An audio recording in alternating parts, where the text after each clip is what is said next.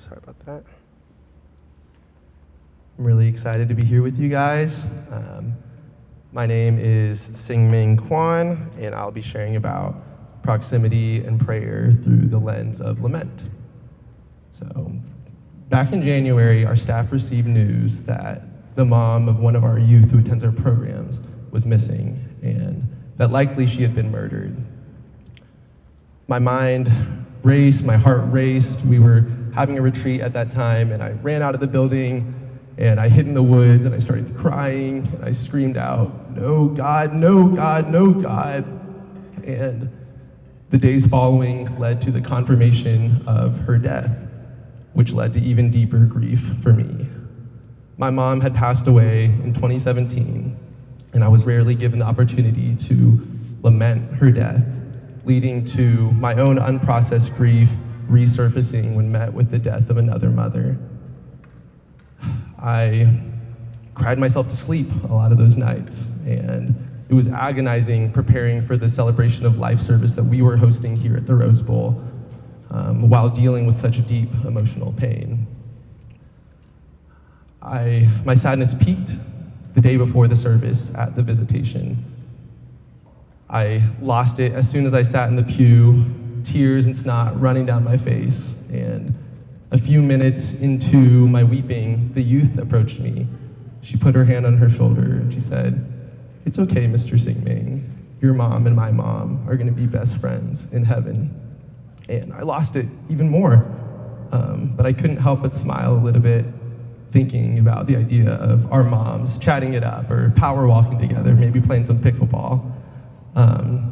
But it was a really, really hard time, and I remember thinking, what if I didn't live in Tulsa? What if I didn't work at One Hope? What if I didn't know this youth? Then maybe I wouldn't have had to relive my mom's death. Maybe my tears wouldn't have been my food day and night, as the psalmist describes in Psalm 42. Maybe I wouldn't be so angry at God again, and maybe those things are true.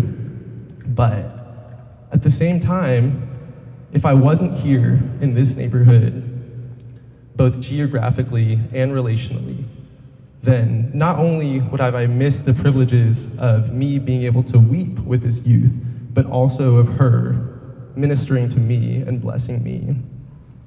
You see, when we are in work with our neighbors who live in the margins, it exposes us to high potential for emotional pain, whether it is secondhand, like Ka was mentioning yesterday, or a resurfacing of our own trauma.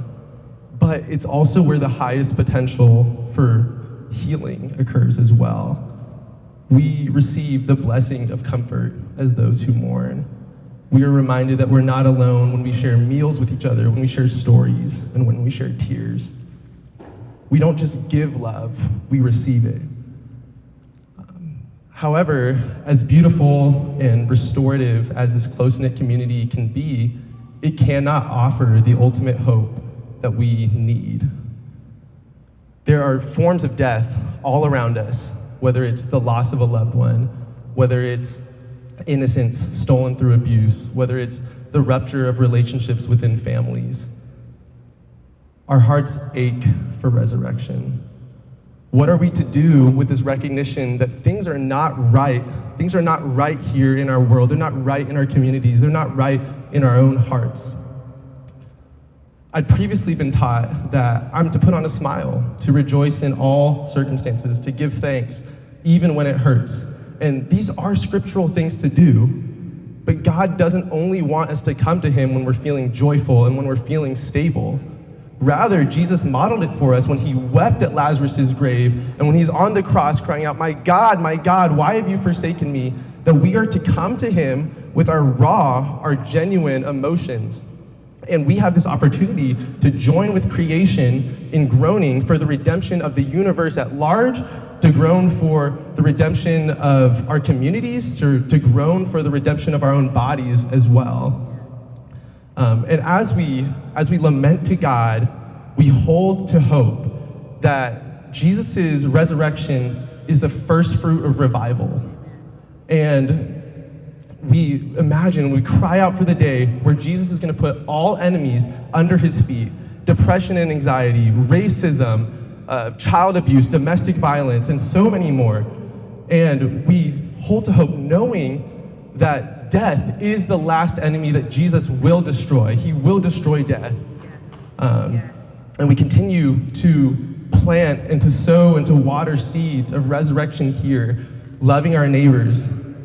But there are times that it's so hard that it can feel so hopeless, like the 3 days that Jesus was in the tomb. And I can imagine the betrayal that his followers felt, imagining this God that they thought would be the Messiah and now is maybe gone forever in their minds.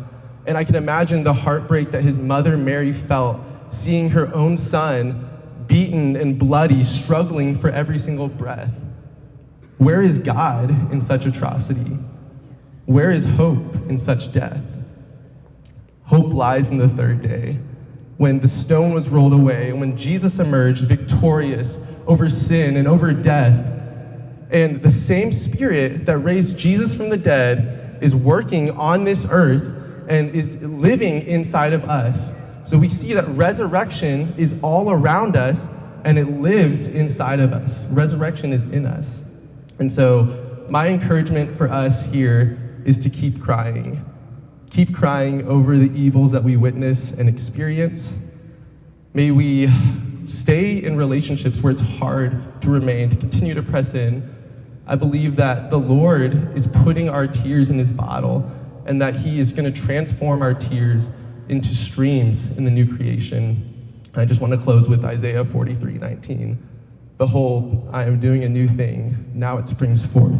Do you not perceive it? I will make a way in the wilderness and rivers in the desert. Thank you.